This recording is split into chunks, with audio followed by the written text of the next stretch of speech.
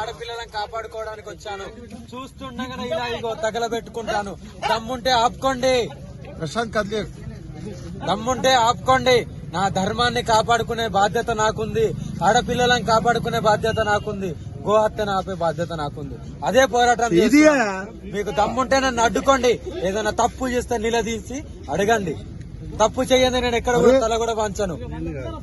నా ధర్మం అదే చెప్తుంది. నా ఆత్మార్పణానికి ఈ రోజు నేను సిద్ధంగా ఉన్నాను.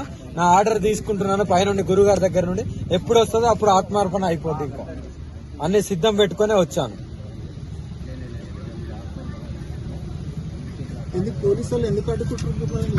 వాళ్ళకే అడగండి.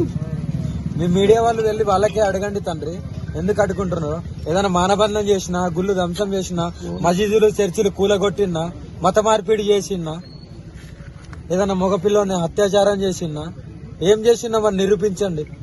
ఎందుకు అడ్డుకుంటున్నారు? ఇప్పుడు మీరు ఎక్కడికి వెళ్ళదలుచుకున్నారు? 3 గుళ్ళు ధ్వంసమైనాయి కదా, ఇప్పుడు ఒకటైంది, నెక్స్ట్ జూకల్ వెళ్తున్నాను. ఈ ఆత్మార్పణ ఎక్కడన్నా అక్కడన్నా ఈ 2 చోట్ల ఎక్కడన్నా అయితే నాకు ఆర్డర్ గురించి వెయిట్ చేస్తున్నాను. ఎవరు ఇవ్వాలి మీకు ఆర్డర్? మా గురువు గారు. ఎక్కడ ఉంటారు ఆయన? హిమాలయస్ కేదార్నాథ్.